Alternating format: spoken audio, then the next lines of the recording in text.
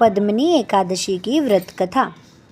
पूर्व काल में कार्तवीर्य सहस्त्रबाहु ने लंका के राजा रावण को कारागार में डाल दिया था। पुलत्स्य जी ने कहने पर उसने रावण को मुक्त कर दिया। तब रावण जी ने पुलत्स्य जी से पूछा कि हे महामुनि, रावण ने तो देवताओं व उन सबके राजा इंद्र को भी जीत लिया था, फिर कार्तवीर्य ने उसे कैसे जीता? यह तो बड़े आश्चर्य की बात है। मेरे इस संशय का आप कृपा करके समाधान कीजिए। तब पुलत्स्य जी ने कार्तवीर्य की उत्पत्ति की कथा सुनाते हुए कहा कि त्रेता युग में महिषामती नगरी में उपकार्तवीर्य का शासन था। उसके 100 रानियां थीं, लेकिन एक भी रानी के कोई पुत्र नहीं था राज्यभार संभालने के लिए। तब उस राजा ने पुत्र प्राप्ति के लिए अनेक यज्ञ किए, लेकिन किसी में भी सफलता प्राप्त नहीं हुई।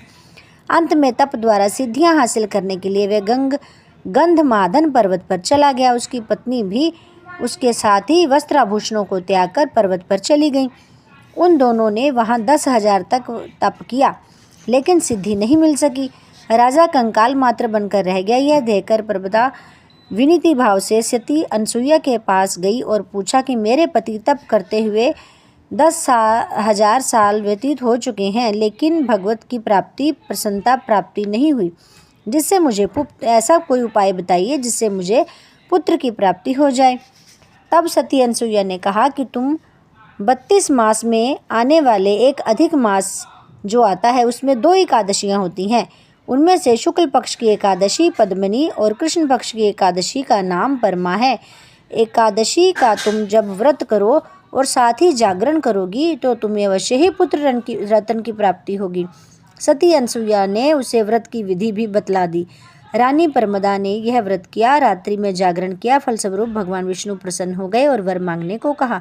तब रानी भगवान की स्तुति करके बोली कि प्रभु, यह वर आप मेरे पति को दे। भगवान विष्णु बोले कि हे प्रमदे, अधिक मास मुझे अति प्रिय है। इसमें तुमने एकादशी का व्रत व जागरण किया है। मैं तुमसे अति प्रसन्न हूँ। इतना कहकर राजा से बोले कि राजन, अब तुम अपने मनोरथ के अनुकूल वर मांग लो। भगवान की ऐसी वाणी सुनकर राजा ने कहा, हे प्रभु, आप मुझे श्रेष्ठ सर्वपूजित व आपके अलावा देव दानव मनुज से अपराजय पुत्र प्रदान करें। फिर तथास्तु कहकर भगवान वहीं अंतर्ध्यान हो गए। राजा व रानी अपने राज्य को लौट आए। उन्हीं का पुत्र कार्तवीर्य था, जो अजय था। अतः उसने रावण को भी जीत लिया था। नारद जी को यह कथा सुनाकर पुलत्स्य जी वहां से चले गए। जो भी मनुष्य अधिक मास की इस एकादशी व्रत की कथा को कहता है व सुनता है, वह विष्णु लोक को जाता है और उसके सारे पापों का नाश हो जाता है। वीडियो अच्छी लगी तो प्लीज़ लाइक शेयर जरूर करें।